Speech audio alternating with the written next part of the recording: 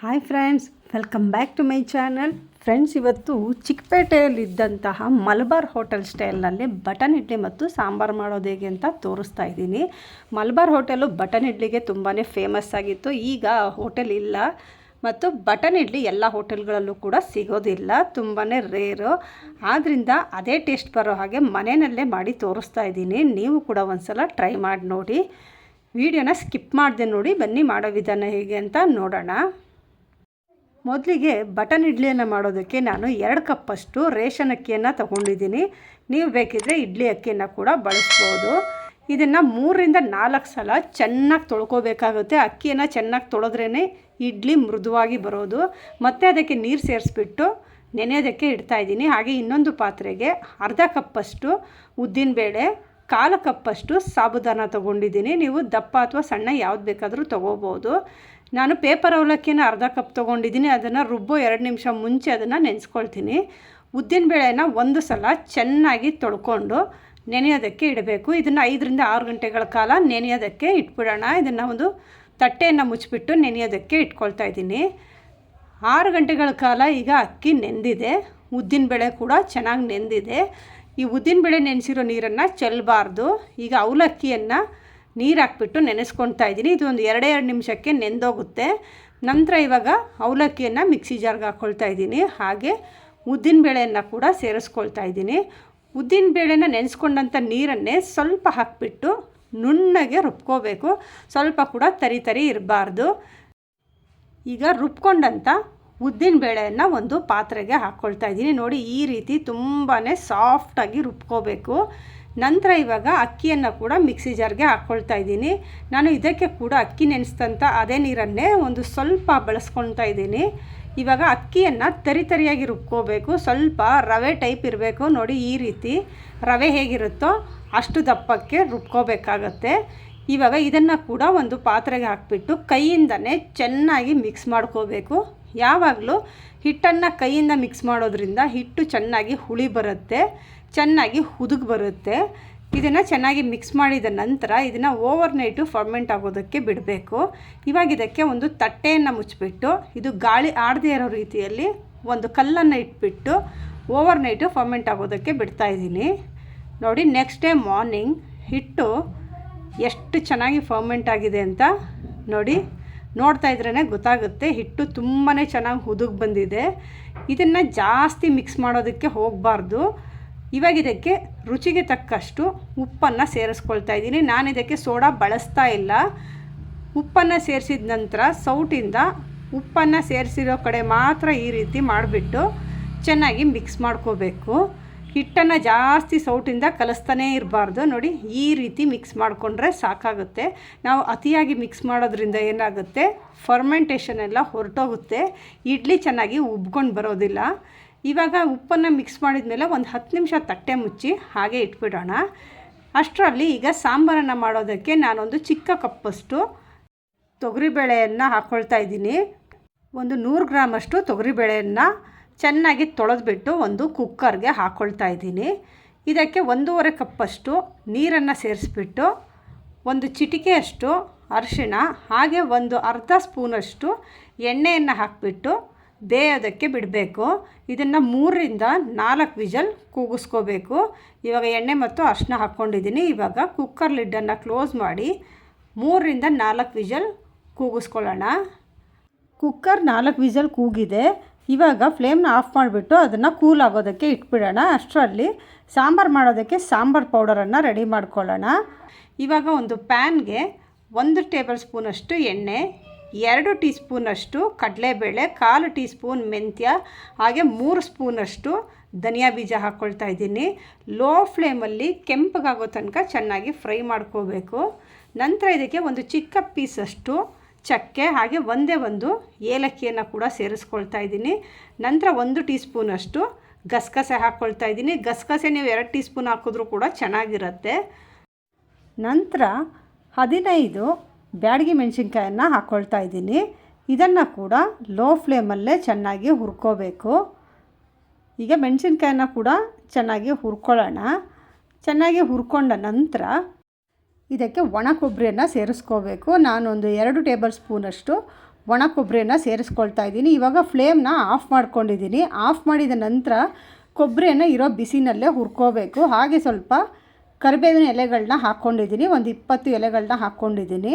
ಇವಾಗ ಎಲ್ಲವನ್ನು ಹುರ್ಕೊಂಡ ನಂತರ ಅದನ್ನು ತಣ್ಣಗಾಗೋದಕ್ಕೆ ಬಿಡೋಣ.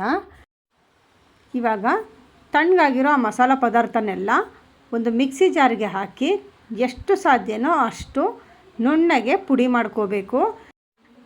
ನೋಡಿ, ಈಗ ನುಣ್ಣಗೆ ಪುಡಿ ಮಾಡ್ಕೊಂಡಾಗಿದೆ. ಸ್ವಲ್ಪ ತರಿ ಇರುತ್ತೆ, ಪರವಾಗಿಲ್ಲ. ಇವಾಗ ಪುಡಿ ಮಾಡ್ಕೊಂಡಂಥ ಪೌಡರನ್ನು ಒಂದು ಪ್ಲೇಟ್ಗೆ ಹಾಕ್ಕೊಳ್ತಾ ಇದ್ದೀನಿ. ನಂತರ ಈಗ ನಮಗೆ ಇಷ್ಟು ಕೂಡ ಬೇಕಾಗಿಲ್ಲ, ಇದರಲ್ಲಿ ಸ್ವಲ್ಪ ಮಾತ್ರ ಸಾಕಾಗುತ್ತೆ. ನಾನಿದರಲ್ಲಿ 4 ಟೀ ಸ್ಪೂನಷ್ಟು ಪೌಡರ್ನ ಮಾತ್ರ ಮಿಕ್ಸಿ ಜಾರ್ಗೆ ಹಾಕ್ಕೊಳ್ತಾ ಇದ್ದೀನಿ. ಉಳಿದಂಥ ಪೌಡರ್ನ ನೀವು ಸ್ಟೋರ್ ಮಾಡಿ ಇಟ್ಕೊಂಡು ಮತ್ತೆ ಸಾಂಬಾರು ಮಾಡಬೇಕಾದ್ರೆ ಯೂಸ್ ಮಾಡ್ಕೋಬೋದು. ಇವಾಗ ಇದಕ್ಕೆ ಸ್ವಲ್ಪ ನೀರನ್ನು ಸೇರಿಸಿ ನುಣ್ಣಗೆ ಪೇಸ್ಟ್ ಮಾಡ್ಕೋಬೇಕು. ನೋಡಿ, ಈ ರೀತಿ ನುಣ್ಣಗೆ ಪೇಸ್ಟ್ ಮಾಡ್ಕೋಬೇಕು. ಇವಾಗ ಇದನ್ನು ಒಂದು ಸೈಡ್ನಲ್ಲಿ ಇಟ್ಕೊಳ್ಳೋಣ. ನಂತರ ಸಾಂಬಾರ್ಗೆ ಹಾಕೋದಕ್ಕೆ ನಾನು ಒಂದು ಚಿಕ್ಕ ಬೆಟ್ಟ ನೆಲ್ಲಿಕಾಯಿ ಗಾತ್ರದಷ್ಟು ಹುಣಸೆ ಹಣ್ಣನ್ನು ಒಂದು ಬಟ್ಲಿಗೆ ಹಾಕಿಬಿಟ್ಟು ಚೆನ್ನಾಗಿ ಕಾಯಿಸಿರೋಂಥ ನೀರನ್ನು ಹಾಕಿ ನೆನೆಯೋದಕ್ಕೆ ಇಡ್ತಾಯಿದ್ದೀನಿ. ನಂತರ ಈಗ ನಾವು ಬೇಳೆಯನ್ನು ಬೇಯಿಸ್ಕೊಂಡಿದ್ವಲ್ಲ, ಕುಕ್ಕರ್ ಕೂಲಾಗಿದೆ. ನೋಡಿ, ಬೇಳೆ ಕೂಡ ಚೆನ್ನಾಗಿ ಬೆಂದಿದೆ. ಇವಾಗ ಸಾಂಬಾರು ಮಾಡೋದಕ್ಕೆ ಸ್ಟವ್ ಮೇಲೆ ಒಂದು ಪಾತ್ರೆಯನ್ನು ಇಟ್ಕೊಂಡಿದ್ದೀನಿ. ಕಾದ ನಂತರ 3 ಟೀ ಸ್ಪೂನಷ್ಟು ತುಪ್ಪ ಹಾಕ್ಕೊಳ್ತಾ ಇದ್ದೀನಿ. ಈ ಸಾಂಬಾರಿಗೆ ನೀವು ತುಪ್ಪನೇ ಯೂಸ್ ಮಾಡಬೇಕು, ಆವಾಗಲೇ ಆ ಹೋಟೆಲ್ ಟೇಸ್ಟ್ ಬರೋದು. ತುಪ್ಪ ಕಾದ ನಂತರ ಅರ್ಧ ಟೀ ಸ್ಪೂನಷ್ಟು ಜೀರಿಗೆ, ಅರ್ಧ ಟೀ ಸ್ಪೂನ್ ಸಾಸಿವೆ, ಹಾಗೆ ಒಂದು 20 ಸಾಂಬಾರು ಈರುಳ್ಳಿ, 2 ಒಣಮೆಣಸಿನ್ಕಾಯಿ, ಹಾಗೆ ಸ್ವಲ್ಪ ಕರಿಬೇವಿನ ಎಲೆಗಳನ್ನ ಹಾಕ್ಕೊಂಡಿದ್ದೀನಿ. ಇದನ್ನು ಲೋ ಫ್ಲೇಮ್ನಲ್ಲೇ ಚೆನ್ನಾಗಿ ಹುರ್ಕೋಬೇಕು. ಈರುಳ್ಳಿ ಚೆನ್ನಾಗಿ ಬೇಯಬೇಕು. ನಂತರ ಒಂದು ಟೊಮೆಟೊನ ಕಟ್ ಮಾಡಿಬಿಟ್ಟು ಹಾಕ್ಕೊಳ್ತಾ ಇದ್ದೀನಿ. ಟೊಮೆಟೊ ಕೂಡ ಚೆನ್ನಾಗಿ ಬೇಯಬೇಕು. ಇವಾಗ ಇದಕ್ಕೊಂದು 1/4 ಟೀ ಸ್ಪೂನಷ್ಟು ಅರಿಶಿನ ಕೂಡ ಸೇರಿಸ್ಕೊಳ್ತಾ ಇದ್ದೀನಿ. ಅರಿಶಿನ ಸೇರಿಸಿದ ನಂತರ ಚೆನ್ನಾಗಿ ಮಿಕ್ಸ್ ಮಾಡಿಕೊಂಡು ಟೊಮೆಟೊನ ಬೇಯೋದಕ್ಕೆ ಬಿಡಬೇಕು. ಟೊಮೆಟೊ ಪೂರ್ತಿ ಮೆತ್ತಗಾದ ನಂತರ ನಾವು ಬೇಯಿಸ್ಕೊಂಡಂಥ ಬೇಳೆಯನ್ನು ಇದಕ್ಕೆ ಹಾಕ್ಕೊಳ್ತಾ ಇದ್ದೀನಿ. ಬೇಳೆಯನ್ನು ಸೇರಿಸಿ ಚೆನ್ನಾಗಿ ಮಿಕ್ಸ್ ಮಾಡ್ಕೊಳ್ಳೋಣ. ನಂತರ ಇದಕ್ಕೆ ನಾವು ರುಬ್ಕೊಂಡಂಥ ಪೇಸ್ಟನ್ನು ಸೇರಿಸ್ಕೋಬೇಕು. ಇವಾಗ ಇದಕ್ಕೆ ಮಸಾಲ ಪೇಸ್ಟನ್ನು ಸೇರಿಸ್ಕೊಳ್ತಾ ಇದ್ದೀನಿ. ಸೇರಿಸಿದ ನಂತರ ಇದಕ್ಕೆ ನಾವು ನೆನೆಸಿಟ್ಕೊಂಡಂಥ ಹುಣಸೆ ಹಣ್ಣನ್ನು ಕಿವುಚ್ಬಿಟ್ಟು ಆ ರಸವನ್ನು ಹಾಕ್ಕೊಳ್ತಾ ಇದ್ದೀನಿ. ಎಲ್ಲವನ್ನು ಸೇರಿಸಿದ ನಂತರ ಒಂದು ಸಾರಿ ಮಿಕ್ಸ್ ಮಾಡ್ಕೊಳ್ಳೋಣ. ನಂತರ ಇದಕ್ಕೆ 1 ಟೇಬಲ್ ಸ್ಪೂನಷ್ಟು ಬೆಲ್ಲ ಹಾಕ್ಕೊಳ್ತಾ ಇದ್ದೀನಿ. ನಾವು ಹುಣಸೆ ರಸ ಸೇರಿಸಿರೋದ್ರಿಂದ ಬೆಲ್ಲ ಹಾಕಲೇಬೇಕು. ಸ್ವಲ್ಪ ಸ್ವೀಟಿಶ್ ಟೇಸ್ಟ್ ಬರುತ್ತೆ. ನಿಮಗೆ ಹೋಟೆಲ್ ಟೇಸ್ಟ್ ಬರಬೇಕು ಅಂದರೆ ಇದಕ್ಕೆ ಬೆಲ್ಲ ಕೂಡ ಸೇರಿಸ್ಬೇಕು. ನಂತರ ನಾವು ರುಬ್ಕೊಂಡಂಥ ಮಸಾಲ ಮಿಕ್ಸಿ ಜಾರ್ಗೆ ಸ್ವಲ್ಪ ನೀರನ್ನು ಸೇರಿಸ್ಬಿಟ್ಟು ಅದನ್ನು ಕೂಡ ಹಾಕ್ಕೊಳ್ತಾ ಇದ್ದೀನಿ. ಹಾಗೆ ಬೇಳೆ ಬೇಯಿಸಿದ ನೀರನ್ನು ಕೂಡ ಇದಕ್ಕೆ ಸೇರಿಸ್ಕೊಳ್ತಾ ಇದ್ದೀನಿ. ಕನ್ಸಿಸ್ಟೆನ್ಸಿಯನ್ನು ನೋಡಿಕೊಂಡು ಹಾಕ್ಕೋಬೇಕು. ತುಂಬ ಗಟ್ಟಿಯಾಗಿ ಮಾಡೋದಕ್ಕೆ ಹೋಗಬೇಡಿ. ಈ ಸಾಂಬಾರು ತೆಳುವಾಗಿದ್ರೇ ತುಂಬ ಟೇಸ್ಟಿಯಾಗಿರುತ್ತೆ. ಹಾಗೆ ಇಡ್ಲಿ ಜೊತೆ ಡಿಪ್ ಮಾಡ್ಕೊಂಡು ತಿನ್ನೋದಕ್ಕೂ ಕೂಡ ತುಂಬ ಚೆನ್ನಾಗಿರುತ್ತೆ. ಇವಾಗ ಇದನ್ನು ತಟ್ಟೆ ಮುಚ್ಚಿಬಿಟ್ಟು ಒಂದು 5 ನಿಮಿಷ ಚೆನ್ನಾಗಿ ಕುದಿಯೋದಕ್ಕೆ ಬಿಡಬೇಕು. ನೋಡಿ, ಸಾಂಬಾರು ಇವಾಗ 5 ನಿಮಿಷಗಳ ಕಾಲ ಚೆನ್ನಾಗಿ ಕುದಿಸ್ಕೊಂಡಾಗಿದೆ. ಉಪ್ಪನ್ನು ನಾನು ಕೊನೆಯಲ್ಲಿ ಸೇರಿಸ್ಕೊಳ್ತಾ ಇದ್ದೀನಿ. ಇದಕ್ಕೆ ಉಪ್ಪನ್ನು ಕೊನೆಯಲ್ಲೇ ಸೇರಿಸ್ಬೇಕು, ಆವಾಗಲೇ ಟೇಸ್ಟು ಬೇರೆ ಥರನೇ ಇರುತ್ತೆ. ಉಪ್ಪನ್ನು ಸೇರಿಸಿದ ನಂತರ ಚೆನ್ನಾಗಿ ಮಿಕ್ಸ್ ಮಾಡ್ಕೊಳ್ಳೋಣ. ನಂತರ ಇದಕ್ಕೆ ಕೊತ್ತಂಬರಿ ಸೊಪ್ಪನ್ನು ಸೇರಿಸ್ಕೊಳ್ತಾ ಇದ್ದೀನಿ. ಕೊತ್ತಂಬರಿ ಸೊಪ್ಪನ್ನು ಸೇರಿಸಿ ಮಿಕ್ಸ್ ಮಾಡಿ ಫ್ಲೇಮ್ನ ಆಫ್ ಮಾಡಿಕೊಂಡ್ರೆ ಇವಾಗ ಮಲಬಾರ್ ಹೋಟೆಲ್ ಸ್ಟೈಲ್ ಸಾಂಬಾರು ಕೂಡ ರೆಡಿ ಆಯಿತು.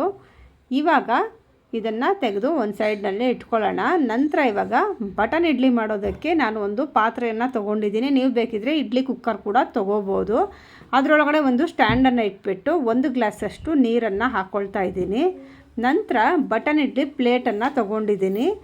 ನೀವು ಈ ಇಡ್ಲಿ ಸ್ಟ್ಯಾಂಡ್ ಕೂಡ ಸಿಗುತ್ತೆ, ಅದಾದರೂ ತೊಗೋಬೋದು. ಅಥವಾ ಸಪ್ರೇಟಾಗಿ ಬಟನ್ ಇಡ್ಲಿ ಪ್ಲೇಟ್ ಕೂಡ ಸಿಕ್ಕುತ್ತೆ, ಅದನ್ನು ಬೇಕಿದ್ರೂ ತೊಗೊಬೋದು. ಇವಾಗ ಇದಕ್ಕೆ ಚೆನ್ನಾಗಿ ಎಣ್ಣೆಯನ್ನು ಸವರ್ಕೋಬೇಕು.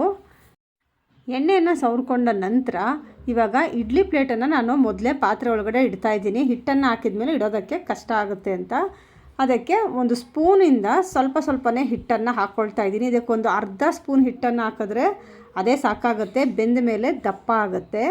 ನೋಡಿ, ಈ ರೀತಿ ನಿಧಾನವಾಗಿ ಎಲ್ಲ ಪ್ಲೇಟ್ಗೂ ಕೂಡ ಹಿಟ್ಟನ್ನು ಹಾಕ್ಕೋಬೇಕು.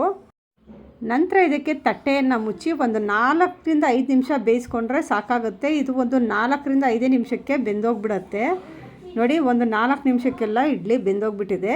ಇವಾಗ ಕೈಯನ್ನು ಒದ್ದೆ ಮಾಡಿಕೊಂಡು ನೋಡಿ ಈ ರೀತಿ ಮುಟ್ಟಿ ನೋಡಿದಾಗ ಅದು ಕೈಗೆ ಅಂಟ್ತಾ ಇಲ್ಲ. ಇವಾಗ ಇಡ್ಲಿ ಚೆನ್ನಾಗಿ ಬೆಂದಿದೆ. ಇದನ್ನು ಸ್ವಲ್ಪ ತಣ್ಣಗಾಗೋದಕ್ಕೆ ಬಿಟ್ಬಿಡಬೇಕು. ಬಿಸಿ ಇದ್ದಾಗಲೇ ತೆಗಿಯೋದಕ್ಕೆ ಹೋದರೆ ಇಡ್ಲಿ ಅರ್ಧ ಅಲ್ಲೇ ಅಂಟ್ಕೊಂಡು ಬಿಡುತ್ತೆ, ಸರಿಯಾಗಿ ಬರೋದಿಲ್ಲ. ಆದ್ದರಿಂದ ಸ್ವಲ್ಪ ತಣ್ಣಗಾದ ನಂತರ ಸ್ವಲ್ಪ ನೀರನ್ನು ಚಿಮ್ಕಿಸ್ಬಿಟ್ಟು ತೆಗೆದ್ರೆ ಈ ರೀತಿ ಈಸಿಯಾಗಿ ಬರುತ್ತೆ. ಒಂದು ಚಾಕುವಿಂದ ಅಥವಾ ಚೂಪಾಗಿರೋಂಥ ಒಂದು ಸ್ಪೂನಿಂದ ತೆಗೆದ್ರೆ ಇಡ್ಲಿ ಕ್ಲೀನಾಗಿ ಬರುತ್ತೆ. ನೋಡಿ Malabar hotel button idli ready ಆಯಿತು. ಸಾಂಬಾರು ಕೂಡ ರೆಡಿ ಆಯಿತು. ಇವಾಗ ಒಂದು ಸರ್ವಿಂಗ್ ಬೌಲ್ಗೆ ಹಾಕ್ಕೊಳ್ಳೋಣ. ನೋಡಿ ಮಕ್ಕಳಿಗಂತೂ ಈ ಬಟನ್ ಇಡ್ಲಿ ತುಂಬಾ ಇಷ್ಟ ಆಗುತ್ತೆ. ಮಕ್ಕಳಿಂದ ದೊಡ್ಡವ್ರವರೆಗೂ ಎಲ್ರಿಗೂ ಕೂಡ ಇಷ್ಟ ಆಗುತ್ತೆ. ಖಂಡಿತ ಈ ರೆಸಿಪಿಯನ್ನು ನೀವು ಕೂಡ ಟ್ರೈ ಮಾಡಿ ನೋಡಿ. ಇಡ್ಲಿ ಮತ್ತು ಸಾಂಬಾರು ಎರಡೂ ಕೂಡ ತುಂಬಾ ಚೆನ್ನಾಗಿ ಬಂದಿದೆ. ಸಾಂಬಾರಂತೂ ತುಂಬಾ ಟೇಸ್ಟಿಯಾಗಿ ಬಂದಿದೆ. ನಿಮಗೆ ಇದು ಎಲ್ಲ ಹೋಟೆಲ್ಗಳಲ್ಲೂ ಸಿಗದೇ ಇರೋದ್ರಿಂದ ನೀವು ಇದನ್ನು ಮನೆಯಲ್ಲಿ ಖಂಡಿತ ಒಮ್ಮೆ ಟ್ರೈ ಮಾಡಿ ನೋಡಿ. ಹೇಗೆ ಬಂತು ಅಂತ ನನಗೆ ಕಮೆಂಟ್ ಮಾಡಿ ತಿಳಿಸಿ. ಈ ರೆಸಿಪಿ ನಿಮಗೆ ಇಷ್ಟ ಆಗಿದ್ದರೆ ಲೈಕ್ ಮಾಡಿ, ಶೇರ್ ಮಾಡಿ. ಹೊಸದಾಗಿ ಯಾರೆಲ್ಲ ನೋಡ್ತಾ ಇದ್ದೀರೋ ಸಬ್ಸ್ಕ್ರೈಬ್ ಮಾಡಿಲ್ಲ ಅಂದರೆ ಈಗಲೇ ಸಬ್ಸ್ಕ್ರೈಬ್ ಮಾಡಿ, ಬೆಲ್ ಐಕಾನ್ ಟಚ್ ಮಾಡಿ. ಇಷ್ಟೊತ್ತು ವಿಡಿಯೋ ನೋಡಿದ್ದಕ್ಕಾಗಿ ಧನ್ಯವಾದಗಳು. ಮತ್ತೊಂದು ಹೊಸ ರೆಸಿಪಿ ಜೊತೆ ಮತ್ತೆ ಭೇಟಿ ಮಾಡೋಣ. ಅಲ್ಲಿವರೆಗೂ ಟೇಕ್ ಕೇರ್. ಬಾಯ್ ಬಾಯ್.